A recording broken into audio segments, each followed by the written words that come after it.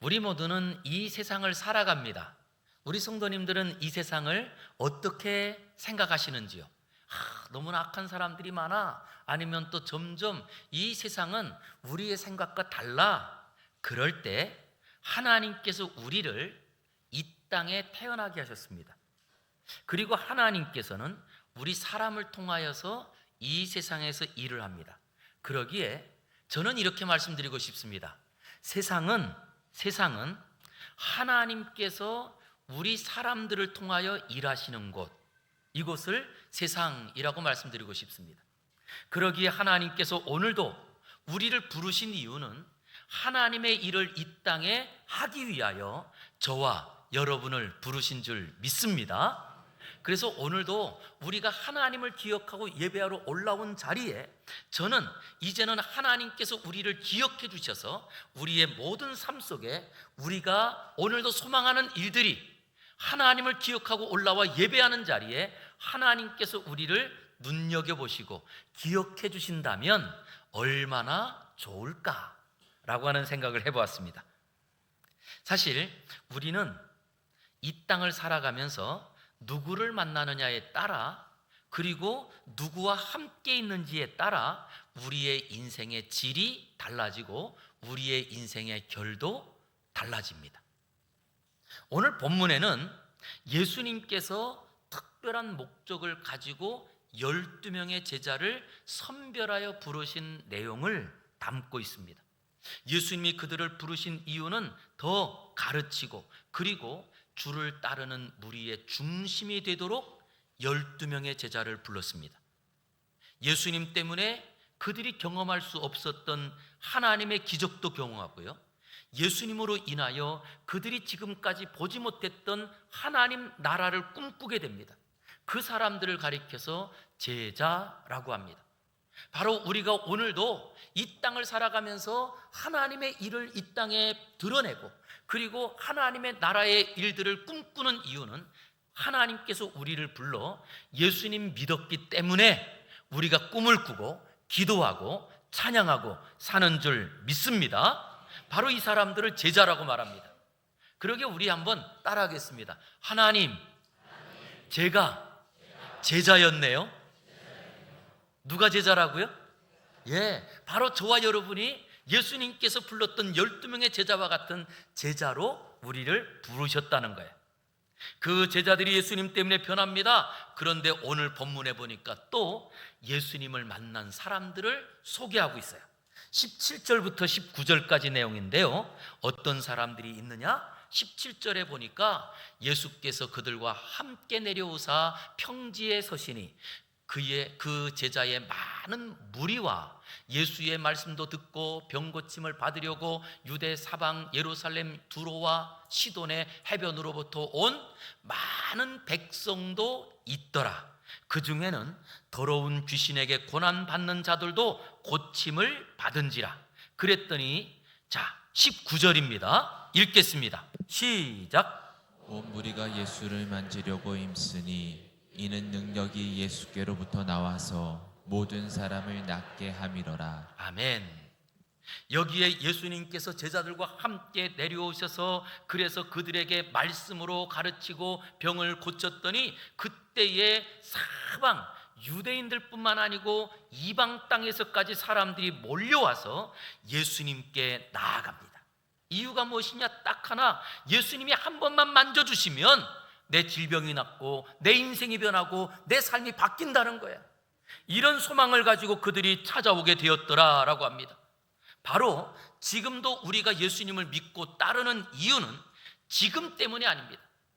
미래를 바라보고 앞날이 바뀔 것을 기대하기 때문에 오늘도 우리가 이 자리에 나와 있더라는 거예요. 많은 무리들이 예수님을 찾아온 이유가 하나 있었습니다. 지금은 아프지만, 지금은 어렵지만 예수님 한번 만져주기만 하면 내 질병이 나을 줄 믿습니다. 미래가 변할 줄 믿습니다. 이 소망 때문에 예수님께 나오더라는 거예요. 저는 오늘도 이 시간 예배하는 우리 모든 성도님들이 지금 우리의 형편은 어렵고 지금 나에게는 고난이 있다 할지라도 다시 한번 예수님 때문에 바뀔 것을 소망하는 저와 여러분 되기를 주의 이름으로 축복합니다. 그러기에 예수님께서 그때에 그렇게 예수님께 나오는 사람 12명을 따로 부르셨어요. 그리고 그 12명을 가르치고 교육합니다. 이유는 딱 하나입니다.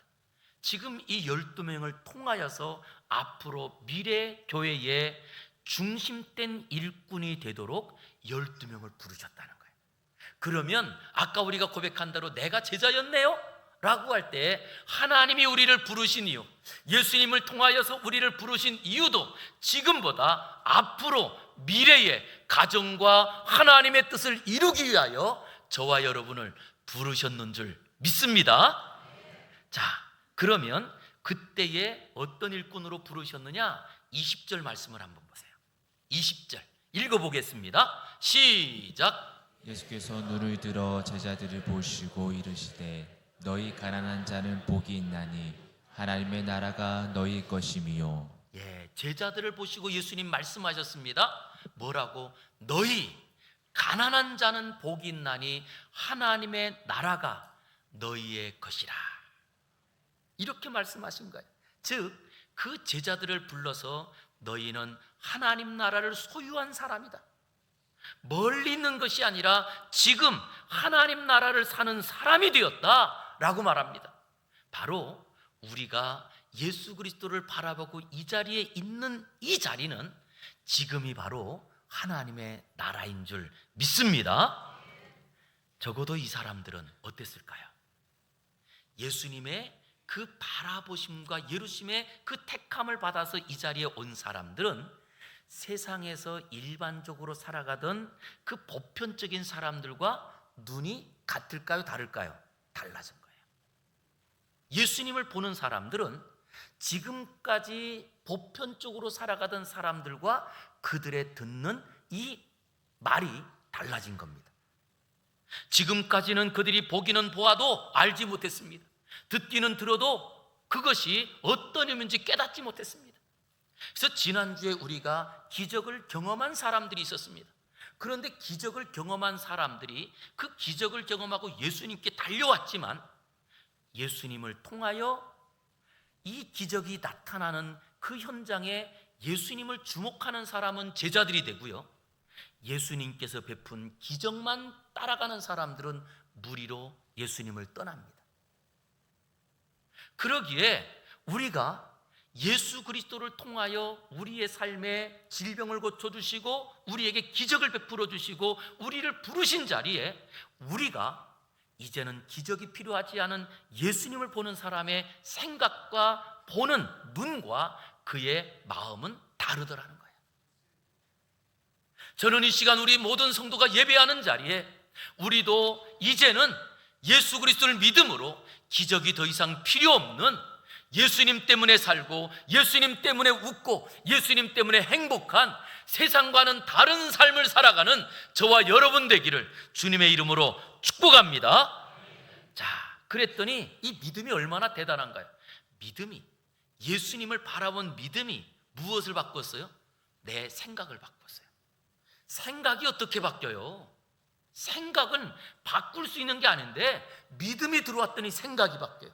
참 놀랍습니다. 믿음이 우리의 언어를 바꿔요. 아니, 믿음이 행동을 바꿔요. 노력한 것이 아닙니다. 억지로 뭔가 하려고 한 것이 아닙니다. 그런데도 참 신기한 것은 노력해서도 안 되지만, 아니 내 정성이 부족해서 안 되는 것이 아니라 오직 믿음이 들어왔더니 우리의 삶이 바뀌더라는 거예요. 이것이 삶입니다. 그래서 우리는 산다 그러면 뭐라고 생각하세요? 사는 거는 오늘 아침에 눈을 떴으니까 사는 것 같아요. 그런데 성경에서 산다라고 할 때 이 사는 것은요, 내가 믿는 것을 나타내는 삶을 사는 것이다 라고 말합니다. 그랬더니 우리가 오늘도 믿는 것이 있기 때문에 여기까지 왔어요. 자, 오늘 아침에 일어나서 밥을 먹을 때 그 밥을 먹으면 내 몸이 건강해지고 내 몸에 유익하다는 것을 믿기 때문에 밥을 먹었습니다. 맞죠? 예, 그걸 못 믿고 이걸 먹으면 내 몸이 안 좋아져 라고 믿으면 안 먹어요. 아니, 못 먹습니다. 그뿐만 아니고 오늘도 교회에 올 때에 자동차를 타고 오신 분들, 자동차 그거 한번 잘못 밟으면요 확 나가서 어디를 받을 수도 있어요. 그러나 이 자동차를 타고 오면 내가 안전하게 교회까지 올 수 있다는 것을 믿기 때문에 그 자동차를 타고 여기까지 왔습니다. 맞나요? 예, 이거죠. 똑같습니다. 우리의 삶은 믿는 것을 드러내는 삶이에요. 그런데 많은 분들이 나는 예수님 믿습니다 라고 말하면서도 실제로 예수님 믿는 것을 드러내지 못해요. 이것은 믿는 게 아닌 거예요. 확실한 것은요, 믿는 것은 반드시 나타나게 되어 있습니다. 이것을 삶이라고 합니다. 그러기에 우리의 인생이 소중합니다. 우리의 인생이 단 한 번밖에 없는 인생의 저는 우리 성도님들이 내가 예수 그리스도를 믿기 때문에 그 믿는 것을 온전히 드러내는 성도의 삶을 살아 하나님의 거룩한 은혜가 우리 안에도 나타나기를 주의 이름으로 소망합니다. 이것을 우리에게 보여주신 분이 있어요. 멘토라고 하죠. 앞에서 먼저 보여주신 멘토 누구시냐? 예수님. 예수님은 믿는 것을 온전히 우리에게 나타내 보이신 분들입니다. 그런데 온전히 내가 믿는 것을 어떻게 나타나는지를 보여준 예수님께서 믿는 것을 나타내는 사람은 어떻게 사느냐, 이걸 보여주셨어요. 그 첫 번째가 이겁니다. 우리 한번 읽어보겠습니다. 시작. 기도하며 기대하고 산다. 예, 믿는 것을 나타내는 사람은요 기도하고 기대하고 살아요. 기대하고 살아요. 그래서 예수님이 12절과 13절에 기도한 내용을 담습니다. 우리 한번 읽어보겠습니다. 시작. 이때 예수께서 기도하시러 산으로 가사 밤이 새도록 하나님께 기도하시고 밝음에 그 제자들을 부르사 그 중에서 12를 택하여 사도라 칭하셨으니. 여기에 예수님께서 먼저 기도하러 가셨습니다. 그리고 산에서 밤새도록 기도했다고 합니다.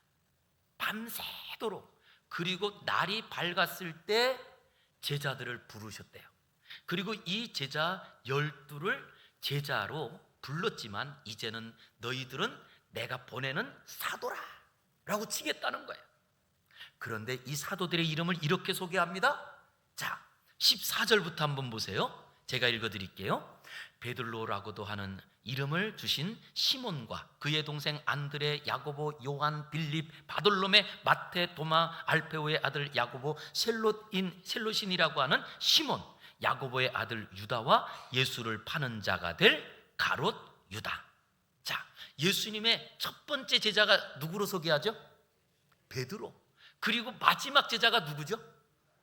가룟 유다. 자, 가룟 유다는 어떤 사람이라고요? 예수님을 팔 사람. 예수님께서 기도하고, 그것도 밤새도록 기도하고, 그리고 나서 날이 밝았을 때에 그 기도를 따라 12명의 제자를 불렀는데 첫 번째 사람이 베드로요. 그런데 이 베드로는 얼마나 성격이 불과 같았느냐라고 했더니 그는 아직도 자기의 화를 잘 다스리지 못해서 예수님께서 붙잡힐 때 칼을 들어가지고 그 예수님께서 지금 주의 뜻을 이루려고 하는 자리에 그것을 막으려고 했던 사람이 베드로입니다. 아니, 그뿐만 아니고 마지막 제자를 누구로 소개하느냐? 가룟 유다예요. 그런데 16절을 다시 한번 보세요. 가룟 유다를 뭐라고 소개하느냐라고 했더니 지금 기도하고 아주 신중하게 제자를 선택한 12명을 소개하면서 마지막에 가룟 유다를 누구라고 소개해요? 예수를 파는 자가 될 가룟 유다라. 예수님도 기도하고 선택했는데 자기를 팔 제자를 선택해요. 이해가 되지 어떻게 이렇지? 좀 기도했더라면 좀 더 신중하게 예수님께서 그래도 성격도 좋고 그리고 또한 어떤 일도 할 수 있는 그런 사람들을 선택해야 되지 않을까요? 그런데 예수님께서 기도하고 그리고 나서 선택을 했는데 선택한 사람이 베드로부터 가룟 유다까지 보니까 한 사람 한 사람. 그래서 이거를 이렇게 말할 수 있어요. 12명의 제자를 줄여서 4글자로 말하면 뭔 줄 아세요? 오합지졸. 이 사람들을 부르신 거예요. 사실 예수님 아니었으면 어디 역사에 한 줄도 기록될 사람이 아닙니다. 이 사람들은. 만약에 우리라면 내 인생 가운데 가장 소중한 사람들을, 그리고 또한 내 사역을 뒤를 이을 사람 같으면 능력 많고 실력 있고, 그럼 이런 사람들을 뽑으려면 어디로 가야 될까요? 자, 우리나라로 말하면 능력 있고 실력 있고 빽 있고 이런 사람들을 내 제자로 삼으려면 그 제자들 어디 가서 고르면 좀 나을까요? 청평일까요? 서울일까요? 청평 아니고요? 그런데 예수님께서 그 제자들을 다 저 이스라엘에서 제일 시골 동네요, 그리고 촌동네였던 갈릴리 호수 주변에서 택했더라는 거예요. 그리고 그렇게 택한 사람 중에도 뽑고 뽑아서 뭔가 특별한 사람이 아니라 베드로처럼 아주 불과 같은 성격을 갖고 있어서 예수님의 말씀도 어떨 때는 거역하고, 아니 어떻게 하든지 자기가 조금 더 높아지고자 하는 그런 욕심 많은 사람들, 아니 그리고 결국 돈 때문에 예수님 파는 이런 제자들을 선택하시더라는 거예요. 왜? 우린 여기서 궁금하잖아요. 왜 그랬을까?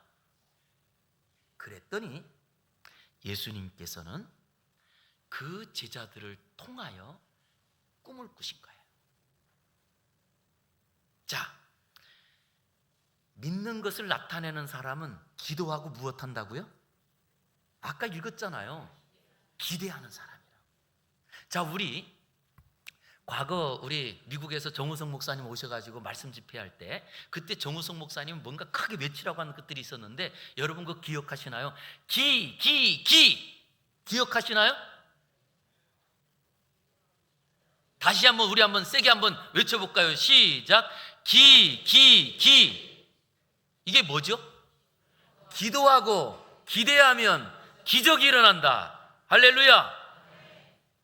자, 우리 한번 같이 읽어보겠습니다. 시작. 기도하고 기대하면 기적이 찾아온다. 할렐루야. 네. 바로 예수님께서 기도하셨습니다. 얼만큼 기도했느냐? 그래서 그 앞절에 소개합니다. 기도하러 산으로 가셔서 밤새도록 기도하시고, 그러니 얼마나 집중해서 기도한 거예요. 그런데 기도하시고 날이 밝아서 12명의 제자를 택하셨는데 그 12명의 제자가 오합지졸인 거예요. 우리 한번 따라하겠습니다. 기대할 때에는 오합지졸이기 때문에 기대가 더 크다. 우리 아이들도 어때요? 어릴 때 개구장이고 그럴수록 얘가 앞으로 어떻게 될까? 얼마나 기대가 커요. 그런 걸 보면 우리 예수님께서 그 제자들을 불러서 마치 그 제자들이 지금까지는 뭔가 드러내지 못하고 그리고 빛도 드러낼 수 없는 사람이었지만 예수님께서 기도하고 그들을 세웠더니 결국 그 베드로가 예수님 순교한 그 자리에 예수님처럼 나는 십자가에 죽는 것조차도 나는 감당하지 못하겠다고 거꾸로 십자가에 달려 순교하면서 주의 교회를 세운 주의 교회의 기둥이 됩니다. 지금도 하나님께서 행하시는 그 일들을 품고 기도하며 기도하는 자리에는 반드시 기적의 역사가 나타날 줄 믿습니다. 그러기에 우리가 이 기도의 힘을 믿고 그리고 또한 진짜 내 안에 믿는 것이 나타나길 원한다면 기도하면서 기대하기를 주의 이름으로 축복합니다. 제가 일부 시간에 그런 말씀을 드렸어요. 일부 시간에 드렸던 말씀인데 우리 제발 남편들이요, 아내들을 기대하시기 바랍니다.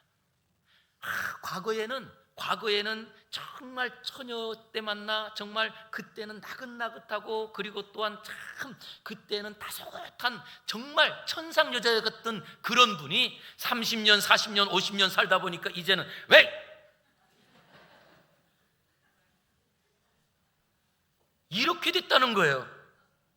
그러나 기도하고 기대하면 그분이 다시금 더 나긋나긋한 소녀처럼 기적이 일어날 줄 믿습니다. 아멘 안 하시는 우리 지금이 더 좋아요? 그런가 하면 또 우리 아내분들이요, 진짜 우리 남편을 위해서 기도할 때 참 과거에는 정말 이 남자하고 살면 그냥 행복이 그냥 저절로 쏟아질 것 같고, 그런데 웬걸, 예? 정말 우리의 삶에 이제는 기대도 다 무너지고 망가진 것 같죠? 그러나 우리 아내분들이요, 정말 우리가 기도하고 기대하는 자리에 이 남편이 하나님의 교회를 세우고 가정을 세우는 든든한 역사의 사람으로 일어날 줄 믿습니다. 그러게 우리가 자녀들을 보면서도요, 반드시 해야 될 일이 있다고 한다면 어떤 일이냐라고 했더니 기도하면서 기대하는 거예요. 우리가 할 일은 거기까지입니다. 믿는 것을 나타내는 사람은 내가 기도했기 때문에 기대하는 거예요. 기대하는 사람이 막말할까요? 조심해서 말할까요? 조심해서 말하죠. 혹시나 내가 말해가지고 내가 기도한 것이 이루어지지 않으면 어떻게 할까?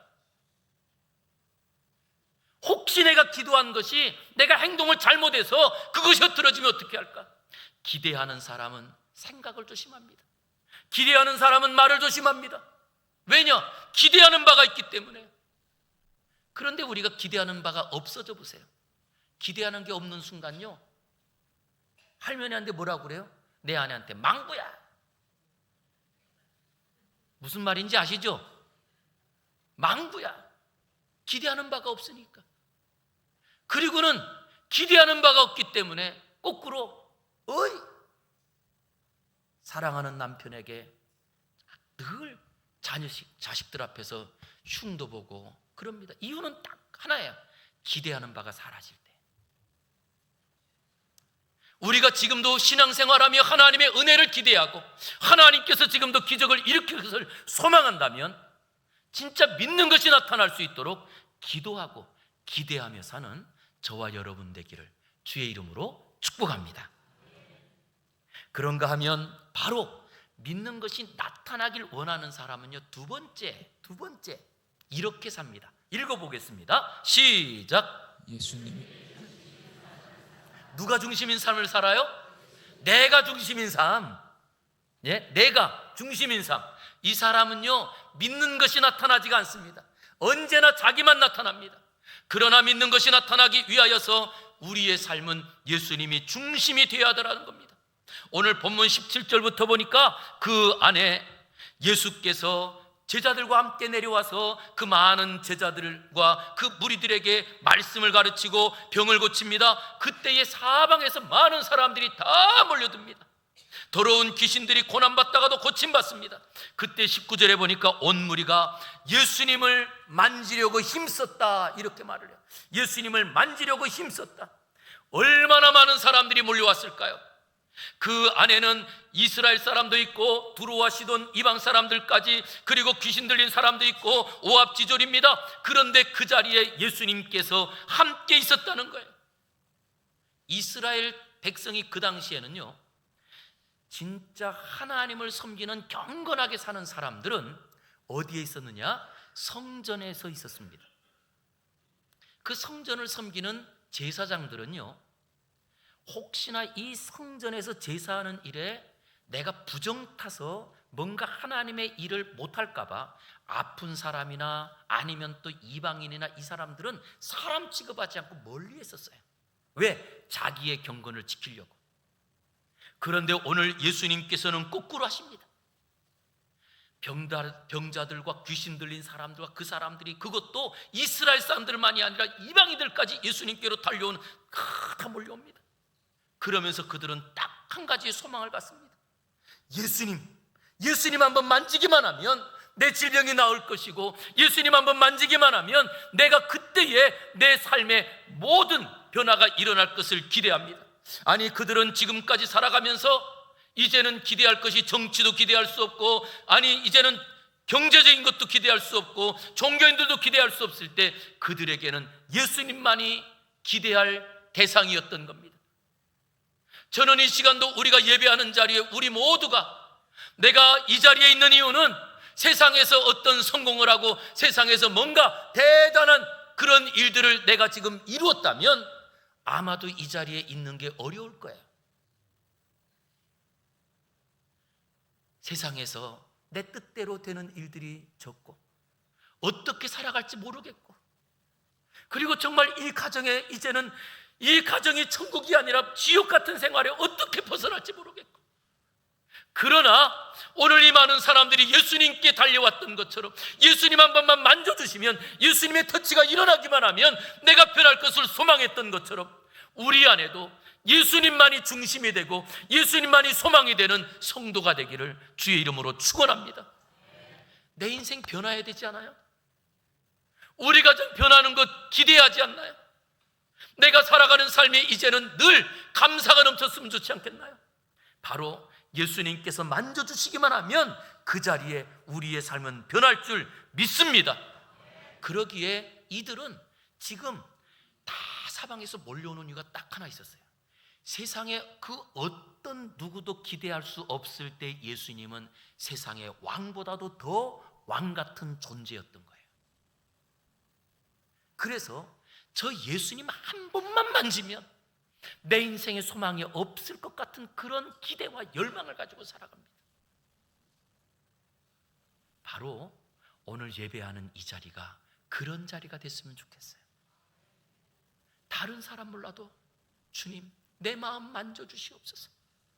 그러면 내가 살겠습니다. 주님, 내 가정을 만져주시옵소서. 그러면 내가 소망이 있겠습니다.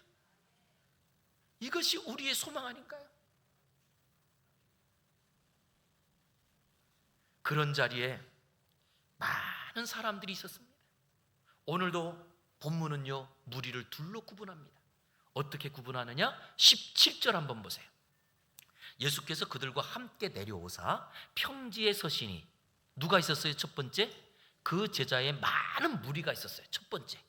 그리고 또 예수의 말씀도 듣고 병 고침을 받으려고 유대 사방과 예루살렘 두로와 시돈의 해변으로부터 온 누가 있었어요? 많은 백성도 있더라. 지금 누가는 예수님을 찾아온 무리를 둘로 구분합니다. 예수님의 제자로 많은 사람들과, 그리고 예수님의 말씀도 듣고 병 고침을 받으려고 온 많은 사람들이 있었다는 거예요. 이렇게들 둘로 구분됩니다. 지난주에도 제가 기적을 경험한 사람들을 설교하면서 거기에 기적을 경험해서 예수님을 통하여 기적을 맛보았더니 예수님께로 다 왔었습니다. 그런데 왔던 자리에 또 그들이 기적이 없으니까 다 떠나요. 그때 예수님께서 제자들에게 질문합니다. 너희도 가려느냐? 그때 베드로가 이런 고백을 합니다. 주여, 생명의 말씀이 계시오니 우리가 어디로 가오리까? 그리고 예수님을 붙잡는 제자들이 있고요, 기적을 따라왔다가 기적이 없으니까 떠나는 무리들이 있습니다. 바로 예수님을 중심에 두고 사는 사람은 기적이 있느냐 없느냐 상관없이 예수님이 나의 소망이 되고 예수님이 나의 인생의 의미가 되고, 예수님이 있으면 내가 있고 예수님이 없으면 내가 없습니다 라고 고백하는 그 사람을 살아갑니다. 그 사람에게 하나님께서 믿는 것이 나타나게 하시더라는 거예요. 그러기에 지금도 우리의 삶에 내가 믿는 것이 나타나길 원하느냐? 오직 예수님 중심으로 살아가시기를 주의 이름으로 축원합니다. 이것이 교회라는 말이잖아요. 교회라는 말은 예수님 믿는 사람들의 모임, 예수님을 중심으로 하여 모인 그 교회. 그러기에 교회는 반드시, 교회는 세상의 모임과 달라야 교회입니다. 세상의 모임은 우리가 먼저 친목회, 무엇하기 위해서 모였어요? 친목하기 위해서. 이것도 하다 저것도 하다 회원들의 의견들이 다양합니다. 그것들을 다 수용합니다. 이게 친목회예요. 세상의 모임에 어떤 향후에 아니면 또 어떤 봉사 모임, 다 그런 모임들입니다. 그러나 교회는 오직 각자 다양한 사람들이 모였지만 예수님을 믿기 때문에 모였습니다. 예수님 중심으로 모였습니다. 그러기에 교회는 같은 것을 생각하고 같은 것을 보고 같은 것을 말하고 같은 것을 행동합니다. 이 같은 게 뭐예요? 예수님. 예수님만 생각하는 교회, 예수님만을 따라가는 교회, 예수님처럼 말하는 교회, 예수님처럼 행동하는 교회. 이것이 교회라는 말이에요. 저는 우리 교회가 다시 한번 예수님 때문에 하나가 되고 예수님만 따라가고 예수님처럼 행동함을 통하여 우리 교회를 통하여서 가정이 일터가 삶들이 변하기를 주의 이름으로 축원합니다. 오직 우리 한번 따라할까요? 교회는 같아야 교회입니다. 뭐가 같아야 돼요?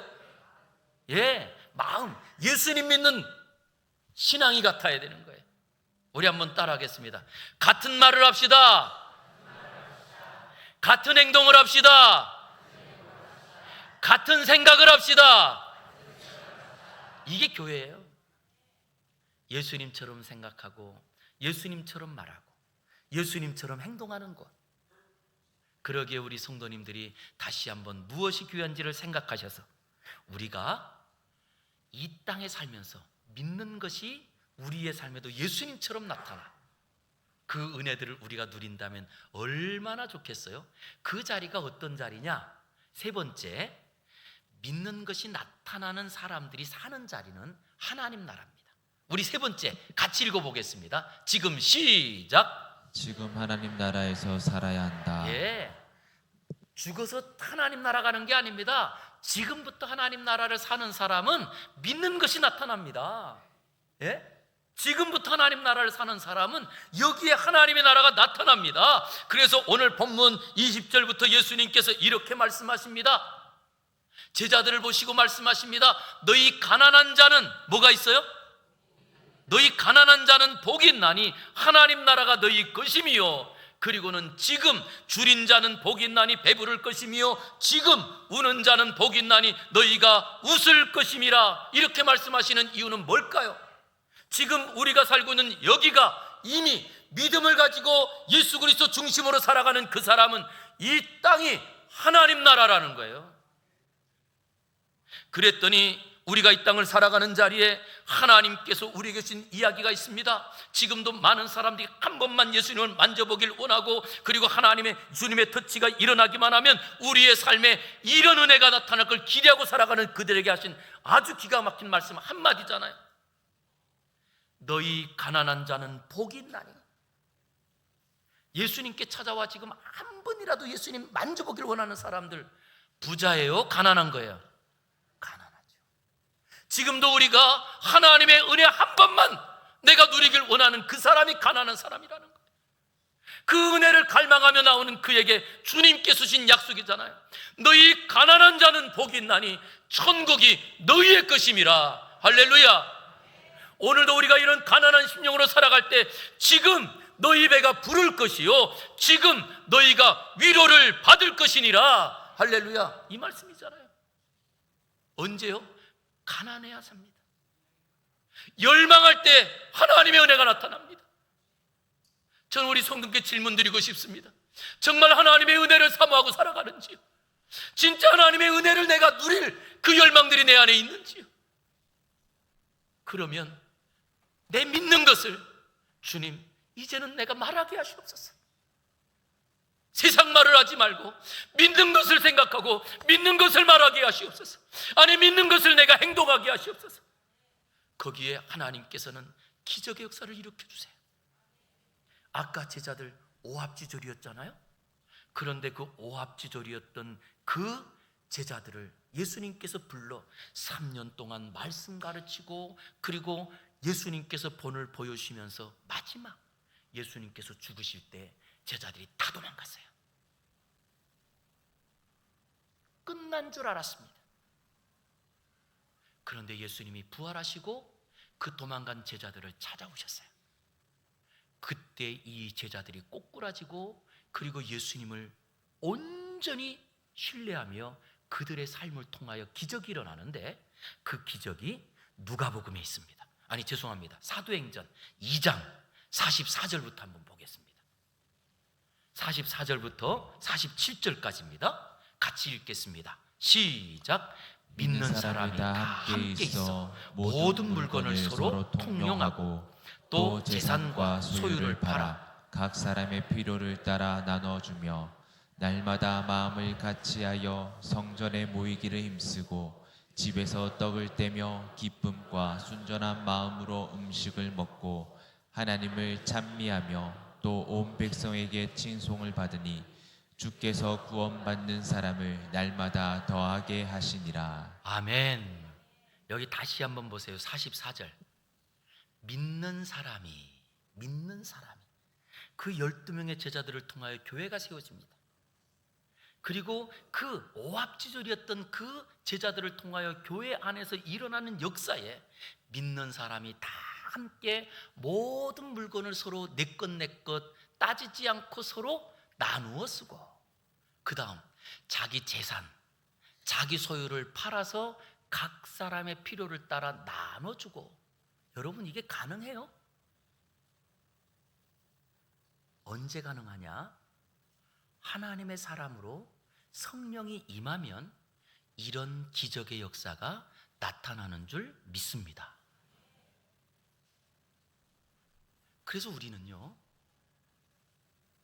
내가 믿는 것이 나타나는 것은 아주 자연스러운 건데, 사탄에게 속아서 마음 따로 행동 따로 사는 게 괜찮은 줄 우리가 속고 살았습니다. 그러다 보니 그 속는 것이 가정 안에서도 내 마음은 늘 아내를 사랑하고 남편을 사랑하고 자녀를 사랑하면서도 말로는 사랑한단 말을 못해요. 사랑의 표현을 못하고 살아가는 것이 우리의 습관이 되어버렸습니다. 교회 안에 모여서도 우리 모든 성도들 정말 주님의 이름으로 사랑하면서도 그 사랑을 보여주지 못하고 살아가는 것이 다용한 것처럼 우리가 이렇게 살아갑니다. 그러나 성령이 임하시면 그 성령의 거룩한 은혜가 우리의 삶을 바꾸어 이제는 믿는 것을 그대로 나타내는 삶을 살게 하시더라는 거예요. 여기에 기적이 있습니다. 여기에 하나님의 역사가 나타납니다. 그리고 여기에 하나님께 쓰였던 거룩한 그 놀라운 삶의 변화가 나타나더라는 거예요. 저는 정말도 오늘도 말씀을 전하면서 기도했습니다. 하나님, 오늘도 이 말씀을 듣는 우리 사랑하는 성도들 가운데 이 말씀을 통하여 이제는 믿는 것이 가정에서 나타나게 하여 주시옵소서. 아니, 믿는 것이 우리의 일터에서 나타나게 하여 주시옵소서. 그래서 우리가 교회에서만 믿는 것이 아니라 가정에서 믿게 하시고 일터에서 하나님의 역사를 나타내는 우리 성도들 되게 해달라고 기도했습니다.